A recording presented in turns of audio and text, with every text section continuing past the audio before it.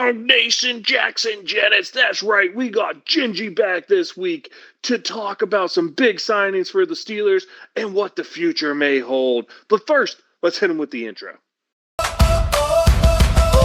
Nonsensical Pittsburgh Steelers talk. Every single week we take that walk through the history, the present, and the future bright. Steel City story shining ever so light. Yeah, Viking, Donkey, Gingy, Lasker, a legendary crew. Talking Steelers football through and through. That's right, Jackson Jennings. We got Gingy back. It is Nonsensical. We're going to keep up with some off-season stuff, including a mandatory training camp, Gingy.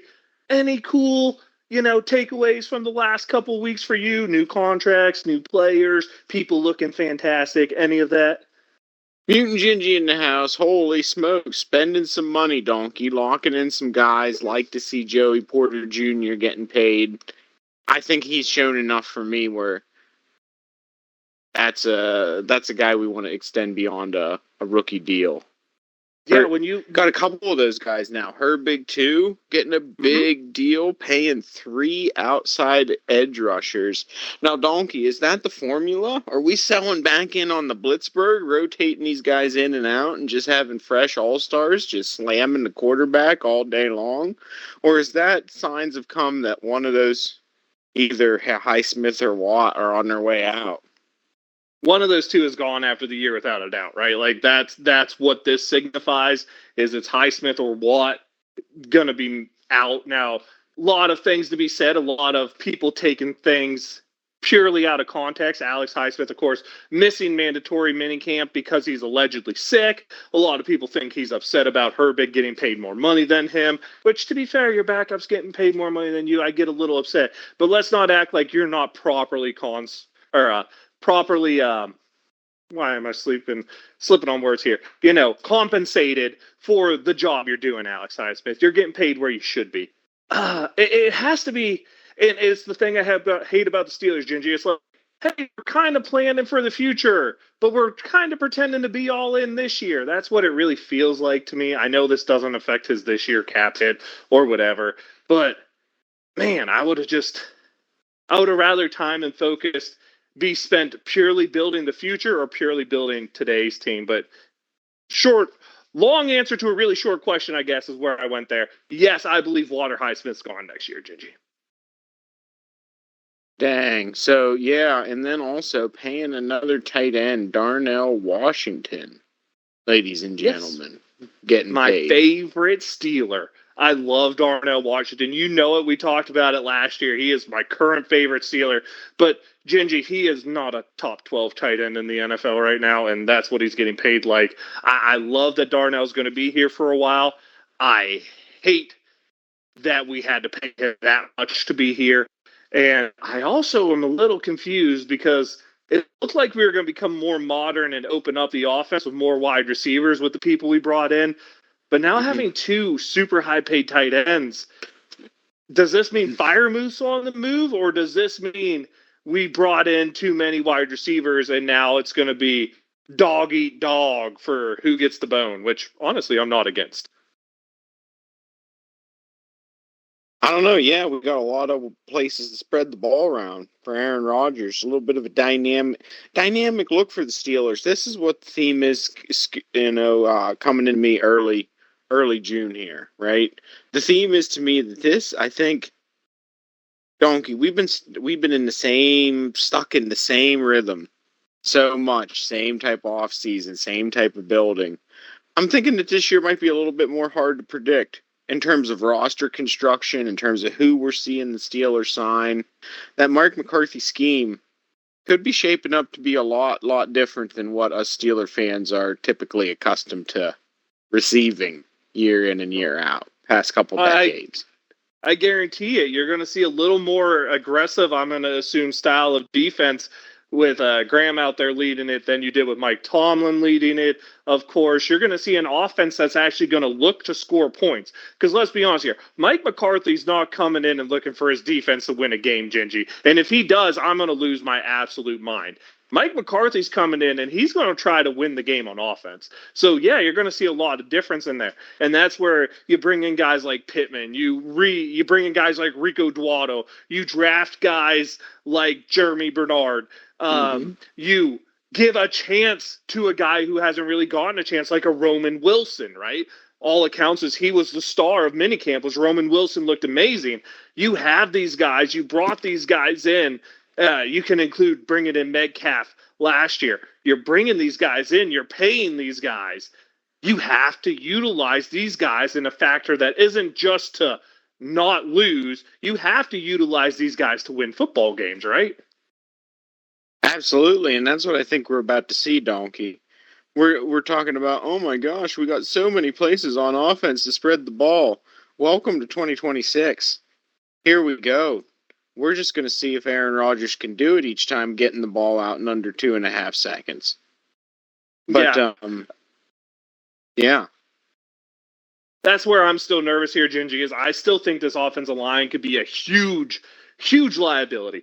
Now, obviously, there's a lot of upside. You look at this third round pick, second round pick, third round pick, first round pick, right? You look at the draft capital used, you'd be like, damn, this line should be amazing. However, when you look at the player performance, you're like, oh boy, I should be worried. I just wish there was a little more invested. And I'm not saying these guys had to get the jobs, but a little more invested in starter caliber players to push the current mantra, because I don't feel the Steelers brought in a starter caliber player on the offensive line the whole offseason, and we lost a starter caliber player in Simualu. Now, you could argue with me that Max Ahevamore is a starter caliber player, our first round draft pick. I don't think he's a day one starter caliber player. So in terms of this year's offensive lineman, we lost a starter caliber player and never gained one. Still a little nervous with that, Gingy. Yeah, we'll have to see. That's why I really mentioned under 2.5 seconds. I think they can give him that much, Donkey, but we'll see. We'll see. I hope so.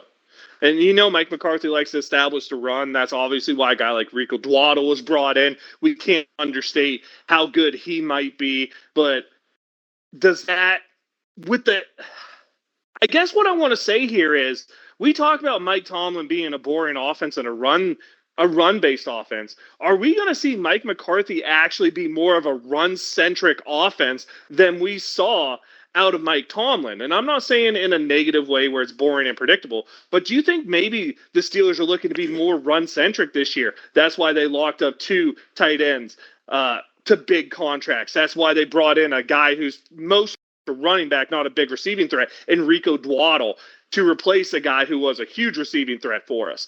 Do you feel that maybe the emphasis this year is going to be more of establishing the run and making the pass off the run as the way to create time for an offensive line that could possibly struggle in pass protection?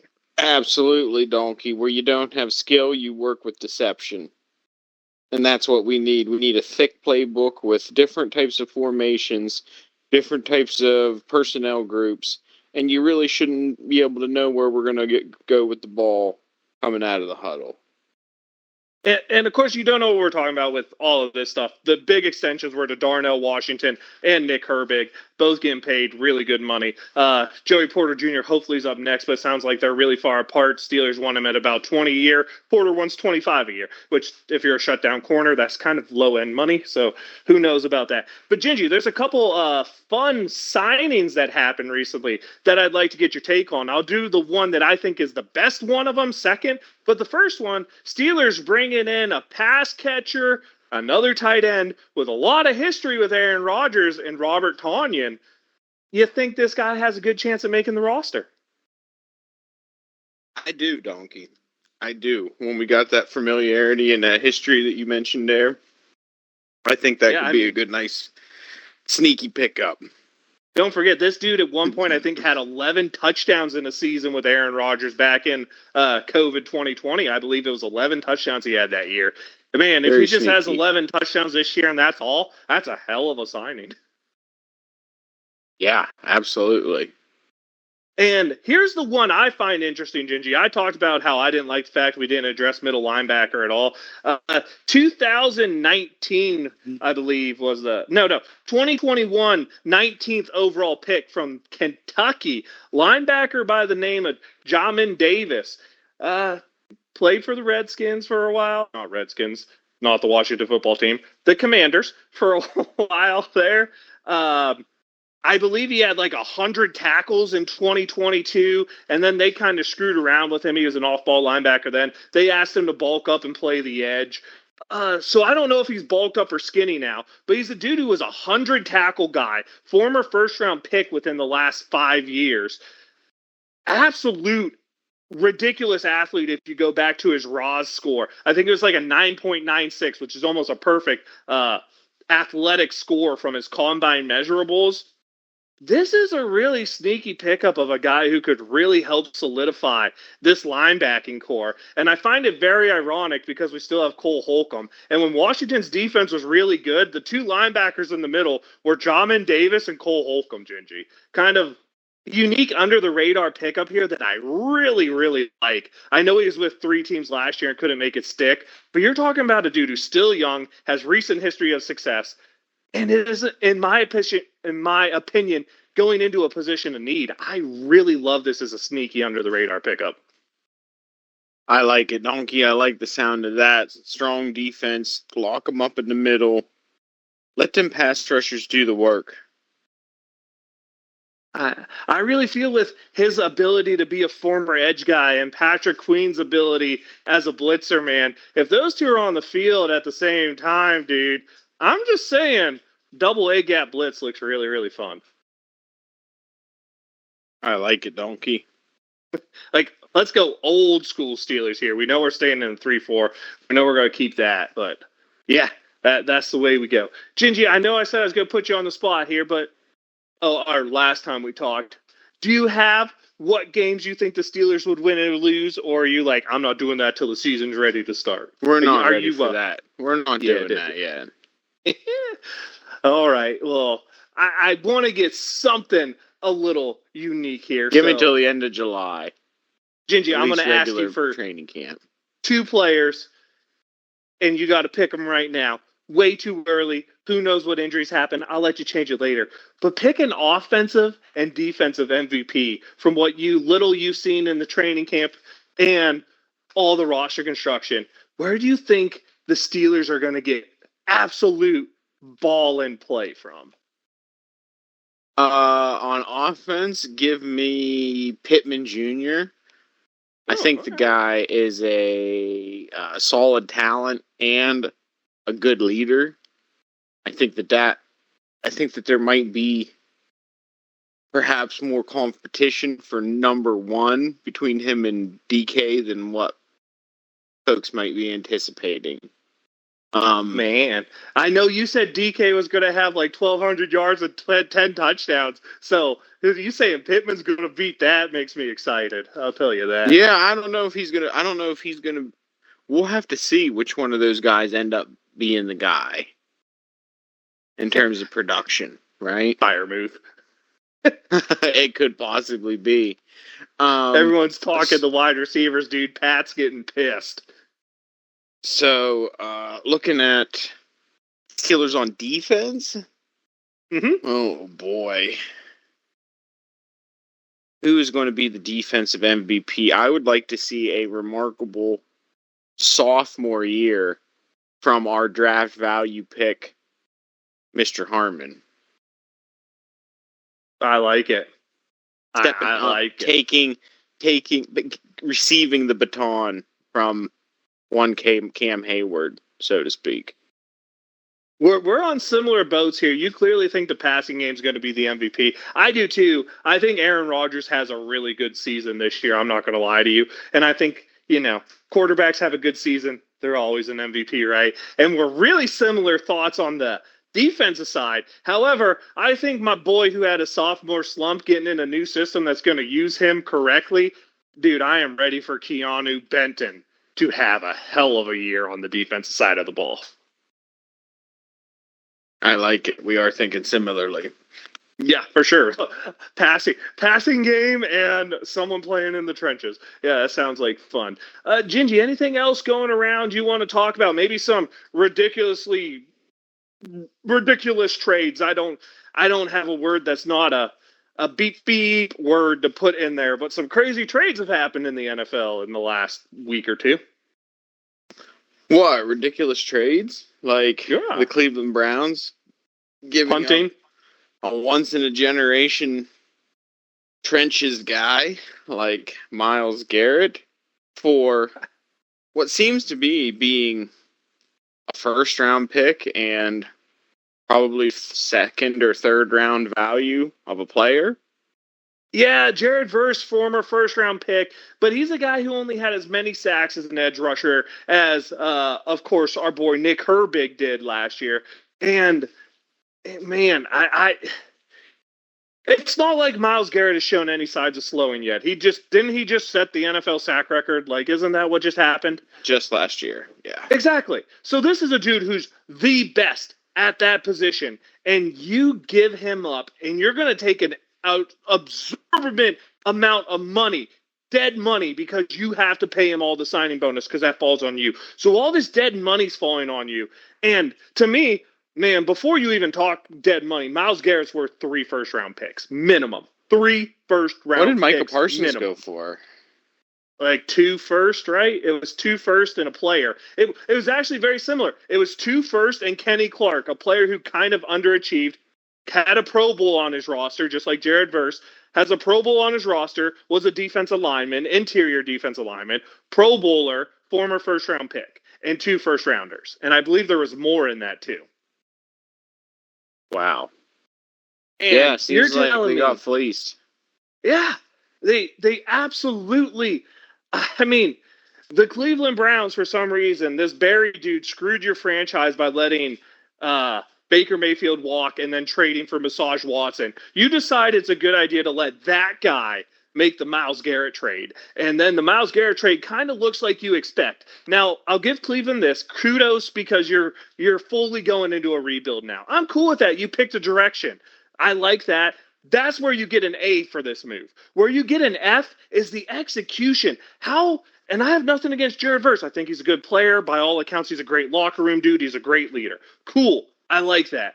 But you just traded away your best player, and you get back a first round, a second round, and a conditional third round, which the only way that third round isn't a third round is if for some reason the Rams trade Myles Garrett back to the AFC North. Okay? Only way that doesn't work.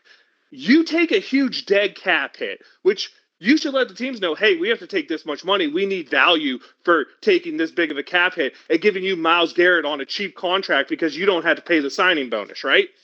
Mm-hmm. How the hell do you not get at least 2 first rounders along with Jared Verse, the second and the third? I think it should have been 3 first rounders and Jared Verse to get you that player. The Rams get an A+ for this because they're clearly going all in. They just gave Stafford, $50 million, Gingy? Mm-hmm. The Rams, all in, and they don't really even give up much. I mean, Jared Verse wasn't going to play with Myles Garrett being there. Myles Garrett's an every play player. Okay? Yeah. And then they give up a first, second, and third. So essentially, they give up a first, second, and third to get Myles Garrett on a cheap contract. And you know what? Myles Garrett being on a cheap contract might talk Aaron Donald out of coming out of retirement. My God, did the Rams get a biggest W in the world on this one, Gingy. And thank God we're not in the NFC West, because Jesus, that division is, yeah. That's what I said. I'm not sorry to see the guy go, to be honest with you. It'd be nice not seeing him twice a year on a regular basis. You know what, Very really? good. I don't know why, Gigi, but watching him go, and I was like, oh, man. You know what I really missed, and this is what I'll always remember about Myles Garrett, is somehow Myles Garrett got shut out for like a season and a half by frickin' Dan Moore Jr. It's true. Like, he also thumped Mason Rudolph right in the head with a helmet. He did. I want a positive memory, though, man. Dan Moore Jr., Mr. Turnstile, shuts down Myles Garrett. Like, how the hell was that a thing? It's awesome. So, Gingy, how do you grade that trade that happened there for both sides? I see it pretty similarly. Like, yeah, you saw the Rams are going all in. I think they're right to do so, right? They're Mm-hmm. riding out the Stafford train until it doesn't choo-choo anymore. And Yep. then they're probably sitting in their rebuild for a couple years too. But I think they have a shot with their current roster, and they do too. It's one of those things. This is how the NFL is becoming now: is you have to push your chips all in when you think you have a chance. And there's one circumstance, like if you're the Rams here, this trade, honestly, I think you're a winner even if you don't win a Super Bowl with this trade because I don't think you gave up near as much as Green Bay had to give up to get Micah Parsons. But obviously, if you don't win a Super Bowl, then like Green Bay with Parsons, if they don't win one in like 4 years, and the Rams here, obviously it's a loss for them.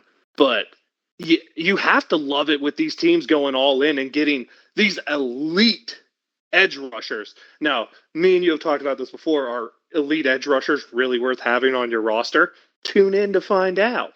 But if you've listened to us in the offseason, you know we've talked about that one a lot.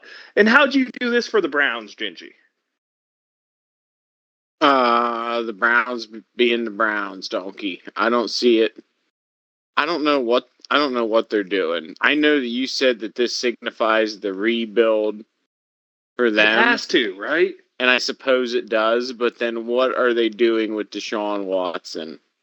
Well, the thing is, he's an albatross you can't get rid of, right?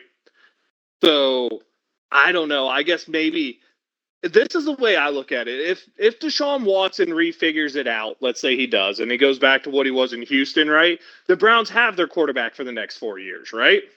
So I think that's where their thought is hey, maybe Watson still has a chance of working out. Because let's be honest here, Barry kind of needs him or Shadur or Dylan Gabriel or the Taylon kid from Arkansas, the draft pick. Barry really needs one of those guys to work out for the Browns not to get rid of him this offseason. I think what he's trying to do is he's trying to make it so they don't have to win games this year. I think he's lowering the expectations to, hey, let's see if we have a real quarterback on this roster. And I have a feeling if none of these guys work out, he's going to be gone. So I think that's why Watson's still there. Is I think Barry has to keep the best option to be a franchise quarterback going forward. Because if Watson comes out and plays well, Gingy, Barry's going to keep his job because now that trade doesn't look terrible. And you could say, oh, it was the injuries that ruined this team for 3 years, right? That's a stretch, but we shall see. Dude, Barry keeping his job this offseason was a stretch. And then he gets rid of Myles Garrett. Okay. It is Cleveland doing Cleveland things. And Cleveland, please, for the love of God, keep doing Cleveland things and keep Barry there forever because I love where you're at, okay? It puts it's a twinkle in my eyes, Gingy. You know the feeling? I do. I feel it too, donkey. Yeah. By the way, Joe Burrow just became the happiest, absolute happiest person in the world with this trade. Because Myles Garrett owned the Cincinnati Bengals. Like, not even. I'm not gonna lie, it probably doesn't hurt Aaron Rodgers' feelings a ton. No, I'm sure. Now, to be fair, do you not remember what Aaron Rodgers did when we played the Browns, dude? I don't think he held the ball for more than height Ducked and the whole covered. game. Height. Ducked and covered. That was hike and throw, baby. Hike and throw. Oh, Big shoot. time. Anything else going on, Gingy, you find interesting or want to talk about here? Not too much else. We're in early June, donkey. Mm-hmm. The fun is just getting started. Yeah. Yeah, without a doubt. Any shout out you want to give coming back being the off season? I already know the answer, but I like asking. Nah, I'm good on that. I do have a pretty big shout out, and my shout out is Myles Garrett. Thank you for leaving the division, because Jesus, man, maybe now TJ can get the love he deserves when he has a killer season this year, and we don't have to talk about you because you'll be in LA having too much fun. You go ahead and enjoy that division with the Super Bowl champs, yourself, the Niners, and Jesus Christ, Gingy. I'm pouring one out for the Arizona Cardinals because Dude, they ain't They're got in a chance in trouble. hell. They're in trouble, donkey. Was it? No chance in hell. You know, like the intro song for, was it Vince McMahon back in the Uh-huh. 90s? Yeah, Uh-huh. dude. They're like some little dude that Vince McMahon paid, and you see Vince McMahon $1 million walking down there with his big old swag as the rest of the NFC West. My God. Could you imagine if Aaron Donald came back? Yeah, Holy smokes. dude. Okay, here's the thing. If he comes back and he's just 80% of the player he was, but no, just no. Like you Yeah, have even to. at 80% with Garrett drawing double teams, you're leaving that guy singled every time. Yeah, that's no, man. That's not. That's borderline. That's borderline cheating, It's man. This is problematic. like someone got a fantasy draft in Madden, and they made it so all the first round picks are just their team. Like, here, I'm gonna take Matthew Stafford. I'm gonna take Puka Nakua. I'm gonna take Miles Garrett, Aaron Donald. Like, then stop. Just stop, okay? The Cardinals are already dead. You guys in the NFC West, leave the Cardinals alone. Any closing thoughts, Gingy? We did the shadows, but I'll let you have the last thought here. Pretty nonsensical, donkey. That's the way we like to keep it. And of course, I'm the Viking Donkey. It's Viking_Donkey at Twitch and Twitter, your daily dose of Donkey Gingers, the awesome YouTube channel where you get this sweet content. I'm sorry, summertime came, and a lot of the plans I had to implement stuff have been delayed because, well, children take a lot of your time, and it's fantastic, and I wouldn't trade a moment of it. But I promise there's going to be some fun stuff coming, at least by the start of the season. So, Gingy, let them know. Mutant Gingy in the house, hanging out, talking football. Very nonsensical. Here we go, Steelers.